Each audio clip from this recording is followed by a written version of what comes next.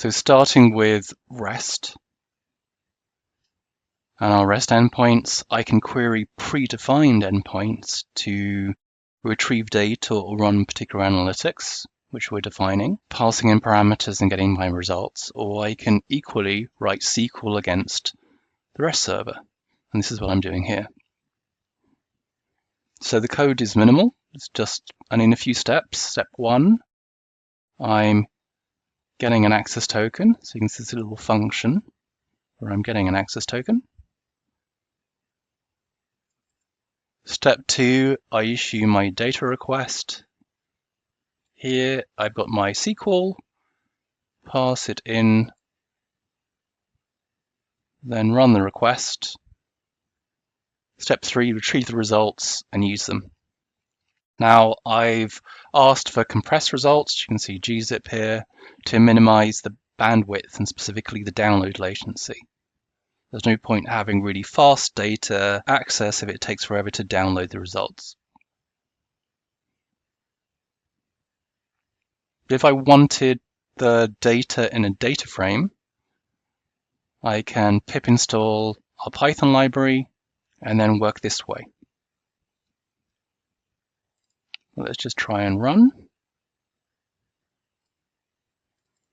Bring that up, run the query, we're getting back data. And here's just a CSV of data that we're pulling back for the latest pricing.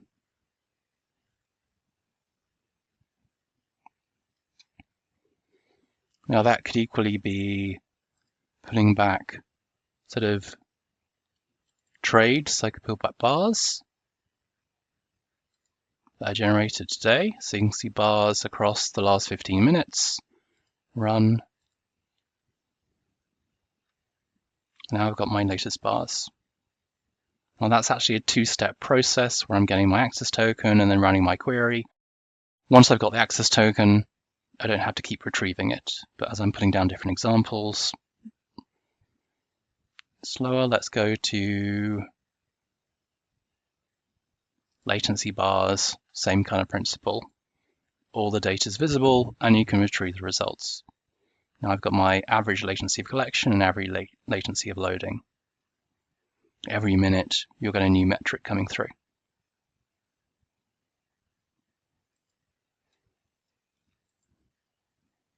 So I can either convert that data into a data frame, but I can use our pip package.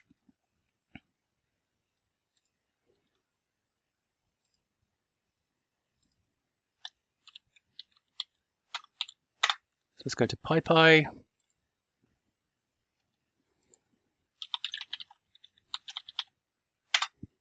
Type OneTick. Let's just type OneTick, it's going to be easier.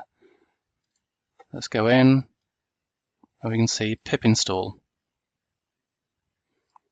That's downloading, let's say 150 kilobyte wheel, installing it, and then we can start querying using our Python API.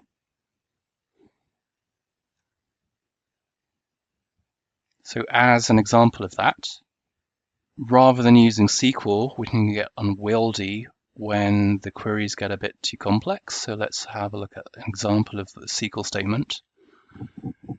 I could create my own custom bars, which we can see we're doing here. I could create moving averages.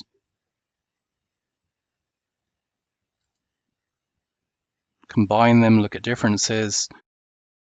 But when I'm starting to get more complex SQL, like in this case, creating a volume profile where across the last month of data, the SQL's starting to get nested.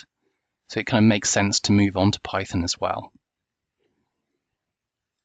Now we can still query via Python the SQL and get data directly into a pandas data frame, but it can be easier just to use the Python dialect, and we have our two versions, our pandas style and our directed graph style. So starting with the directed graph, I'm defining a source of data. So I'm pulling in from my US Comp database trade. So I'm picking my price and size fields. I'm building a dictionary of aggregates because I want to create 5-second bars. Then I'm commuting together and setting my bucket period to be every 5 seconds. Then from those nodes, I build my graph, execute my graph to return a data frame for SPY. Run that. That goes away.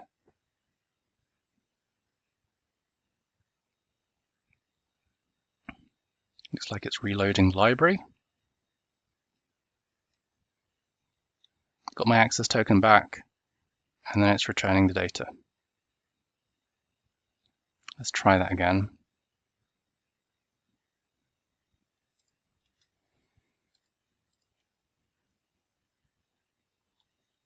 Run, get my access token, get my data. So that's more of the typical performance.